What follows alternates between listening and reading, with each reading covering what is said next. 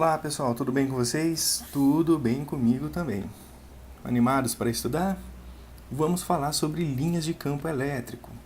Constatação inicial: você pode usar as linhas de campo elétrico, também chamadas de linha de força, para representar um campo elétrico. Onde as linhas estão mais distantes, o campo é mais fraco. Como um campo elétrico tem magnitude e direção, isso nós comentamos no vídeo anterior. O campo elétrico e também as linhas de força são uma grandeza vetorial e podem ser representadas por vetores, ok? Com módulo, direção e sentido. Uma partícula carregada negativamente, esses vetores apontam para a partícula. Se a partícula for carregada positivamente, os vetores apontam para fora ou para longe da partícula. Já a magnitude do campo é indicada pelo comprimento do vetor. O campo elétrico é maior onde os vetores são mais longos, ok? Continuando então, sobre as características das linhas de força. Onde as linhas estão mais afastadas, o campo é mais fraco, ok? Então, para essa região aqui, nessa carga positiva, o campo é mais fraco do que para essa região. Porque aqui as linhas estão mais próximas e aqui mais afastadas. Para uma carga isolada, as linhas estendem-se ao infinito, ok? Então, esse campo ele não termina aonde aqui as linhas estão terminando. Esse campo ele vai ao infinito. Para duas ou mais cargas opostas, as linhas emanam de uma carga positiva e terminam em uma carga negativa. Essa representação eu deixo para falar ela daqui a alguns slides. Portanto, a gente tem aqui para uma carga pontual. Para uma carga pontual positiva, as linhas de campo são direcionadas radialmente para fora dela, ok? É essa a representação. A carga negativa, ou um objeto negativamente carregado, desde que ele seja pontual, o campo gerado também é radial, ou seja, está em volta da carga, mas aponta para dentro da carga. Perceba a oposição de sentido entre essas linhas de campo e essas linhas de campo. Os sentidos são opostos, ok? Continuando o raciocínio, em uma representação vetorial de um campo elétrico, através das linhas de força, o comprimento dos vetores indica a magnitude do campo. Então, perceba, uma carga pontual na representação A, e se você caminha em linha reta a partir da carga, ok? Quanto mais distante você estiver, menor é a magnitude ou o módulo desse vetor, indicando que aqui o campo ele é menor do que nessa posição, onde o vetor maior indica que o campo ele é mais intenso ou de maior módulo. Na letra B, uma outra evidência de análise do campo elétrico. Em uma representação de linhas de força, a distância entre as linhas de campo indica as magnitudes. Então, a partir da carga pontual, você analisando a distância entre duas linhas de campo, você pode ter uma evidência de que nesse ponto o campo ele é mais fraco do que neste ponto, porque aqui as linhas de campo estão mais próximas do que aqui. Continuando ainda, as linhas de campo em torno de uma única carga positiva estende-se ao infinito. Não se esqueça disso, o campo ele não termina onde termina a representação vetorial, mas sim se estende ao infinito. A questão a se considerar é que quanto mais distante você estiver da carga, maior vai ser a distância entre duas linhas de campo. Portanto, no infinito, o campo elétrico de uma carga vai ser nulo. Aqui a representação que eu havia comentado, que mostraria posteriormente um par de cargas iguais, mas opostas. As linhas de campo emanam da carga positiva, ou seja, têm origem na carga positiva e terminam na carga negativa, ok? Origem e término das linhas de campo.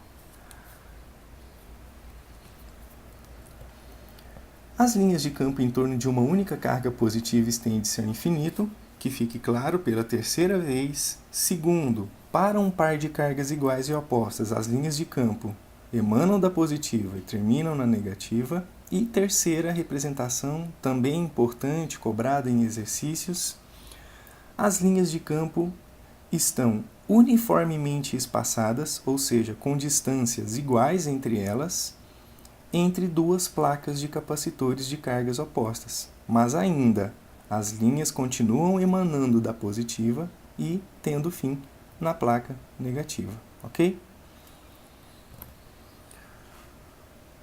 Você pode demonstrar os padrões de campo elétrico usando pequenos condutores carregados em um meio aquoso ou um meio oleoso.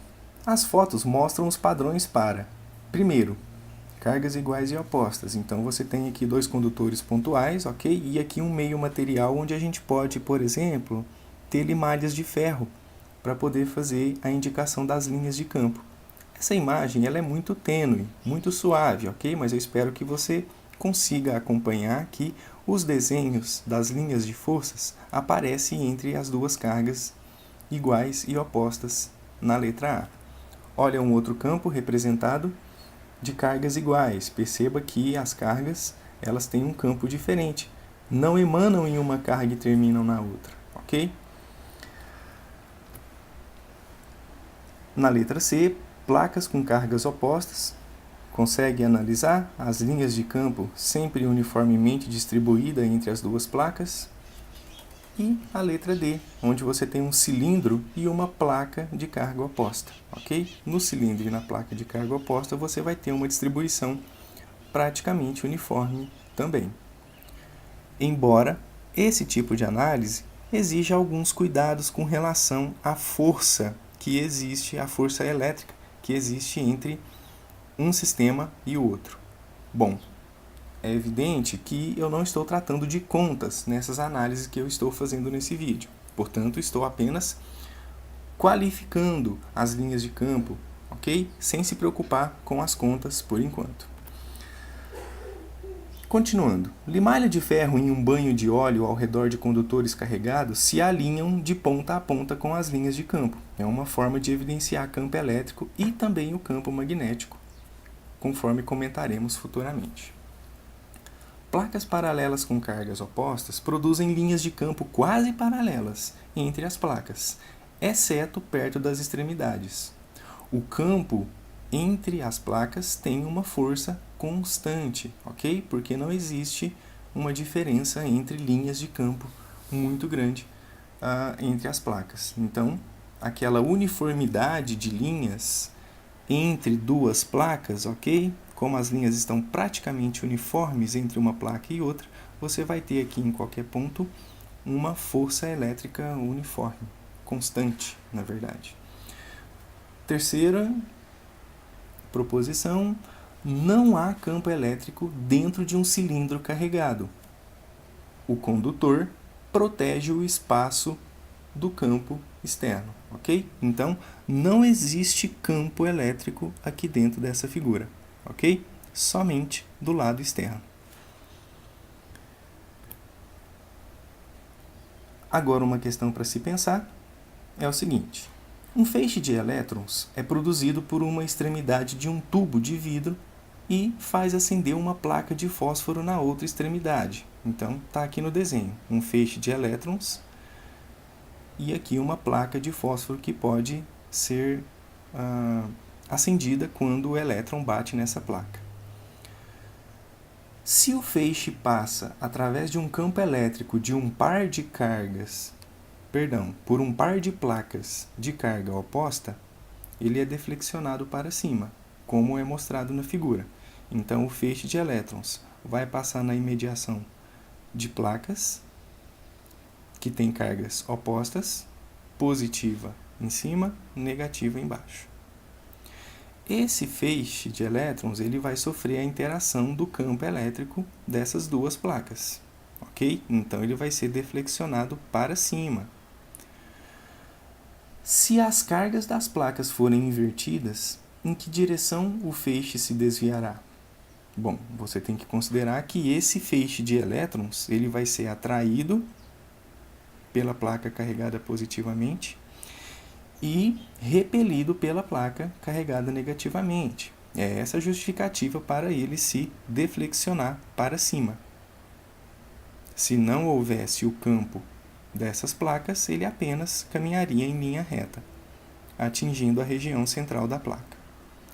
Mas se a gente inverter a carga das placas, ou seja, aqui em cima ficar negativo e aqui embaixo positivo, a interação do campo elétrico muda. E a nossa resposta é: quando a carga das placas é invertida, o campo elétrico estará na direção oposta. Então, o feixe de elétrons será desviado para baixo. Para finalizar o raciocínio até aqui, uma questão para você pensar: descreva como você pode representar um campo elétrico, ok? Espero que o vídeo tenha deixado claro os aspectos a respeito de como se representar linhas de campo para o campo elétrico. Qualquer dúvida, deixe o seu comentário. Estou sempre à disposição para te ajudar nos seus estudos. Obrigado pela paciência e até o próximo vídeo.